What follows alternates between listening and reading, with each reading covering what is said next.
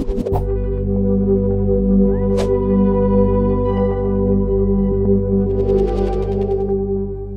of the most important skills you'll need when making Android apps is the ability to troubleshoot when something goes wrong. There are a number of ways to do this, but we're going to look at two simple yet powerful ways to ask your app, "Hey, what's going on? How are things going?" Make that 3 ways to monitor our app. Let's start with toasts. Well, no, not this kind. In Android, a toast notification is a message that pops up on the screen for a limited time. It's just a quick informational message that fades in and out automatically. It's just one line of code to use them, so they're easy to use while developing to quickly check a value or something else about the app. They're also convenient to display to the user something that doesn't require their input, and that won't cause any problems if the user doesn't see it. That's the downside of using toasts. We might miss them if we look away from the phone for too long. Alright, let's take a look. It's okay if you don't have a device to test on yet. We'll be working in the emulator for this video and won't be testing the shake detector. Let's start with a simple toast that pops up when our main activity is first created. The toast will display some text, so let's create a string variable to hold our text data. In the onCreate method of mainActivity.java, add a line at the bottom and type string toast message equals, yay! Our activity was created. Next, we'll declare a toast variable named welcomeToast. We're going to initialize this variable using another static method of the toast class, like we've seen a few times now. Remember that static methods are accessed by using the class name, so type equals toast with a capital T, dot, and then from IntelliSense, select the first makeText method. This method has 3 parameters: the context, a character sequence or string, and a duration. For the context, type this. Again, the this keyword refers to this class, mainActivity. An activity is a subclass of the context class, so we'll often see the keyword this used to refer to the current context. Okay, for the second parameter, a char sequence is interchangeable with a string, so let's use our toast message string variable above. You can tab over to the second parameter by hitting the tab key, and then type toast message. Next, the duration is an int value for milliseconds, but we're going to use a constant from the toast class. Constants like this provide a consistent user experience. Users expect toasts and other things to work the same way across apps, so using constants that are the same for all apps is better than having every app code its own value. Type toast, again with a capital T, dot, and hit enter for the first choice in IntelliSense, length_long. Then add our closing parenthesis and a semicolon.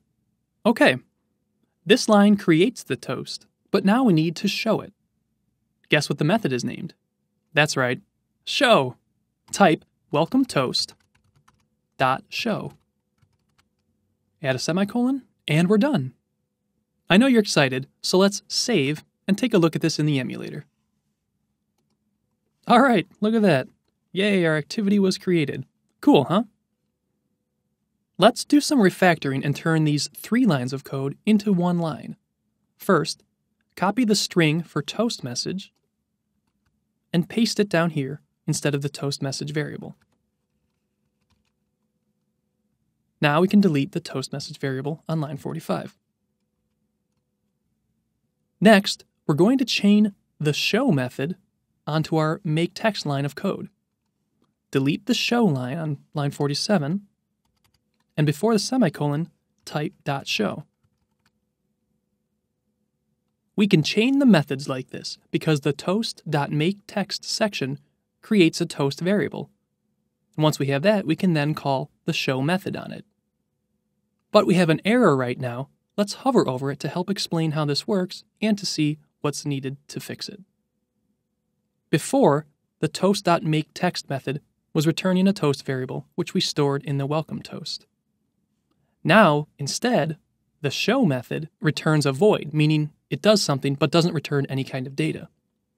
Since it doesn't return any data, there's now nothing to store in the toast variable. Just delete the first part of this line, and now the error goes away. All right, that's all we need. This is how we make and show a toast message on one line. I split it into 2 lines just so that it shows up in the code editor. Check it out in the emulator if you want to see it again. It'll show the same toast message we saw before. So again, to review, the toast.makeText method creates a toast object, but if we're only going to show it and be done with it, then we don't need to store it in a toast variable. Writing it in one line like this is quick and easy, but sometimes it's clearer to spell things out like we did before. Or maybe you want to do something extra with the toast variable once you've created it. In fact, let's take a look at an example of that. Let's start by commenting out this line of code. That way it's saved for reference for later. On the line below, type toast, welcome toast like we had before, equals toast.makeText, this, and then for the message, type look at me up here. And for the duration, again, we'll use toast.lengthLong. So let's say we want our toast to appear at the very top of the screen instead of the default position we saw near the bottom. We can use a gravity setting by typing welcome toast.setGravity. The first parameter here is an int value representing different ways to set how gravity affects the toast. Gravity is used a lot in Android layouts, and there are some handy constants from the gravity class that we can use. Type gravity with a capital G, hit dot, and then look at the options in IntelliSense. Center, for example, will float the toast in the center of the screen. Type top and hit enter.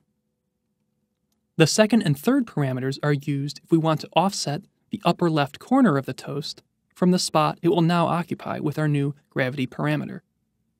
To leave it alone, let's just enter 0 and 0. If you wanted to push it down a little bit from the top, though, you could enter something like 10 or 20 here for the Y offset parameter. A quick side note, we can also customize a toast and include things like images by providing a custom layout. But that can be a topic for another project. We'll mostly just stick with the default. Okay, all we need to do now is show our toast again. On the next line, type welcome toast.show.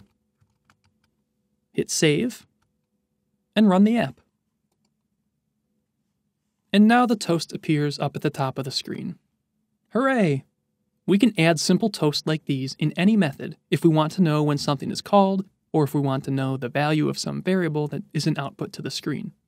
It's an easy way for us to check on our app while we're using it, or to show users a message in an unobtrusive manner. Toast? Java? All this Android programming is making me hungry. You know, this makes a pretty good snack for a code challenge. Why don't you go try it out?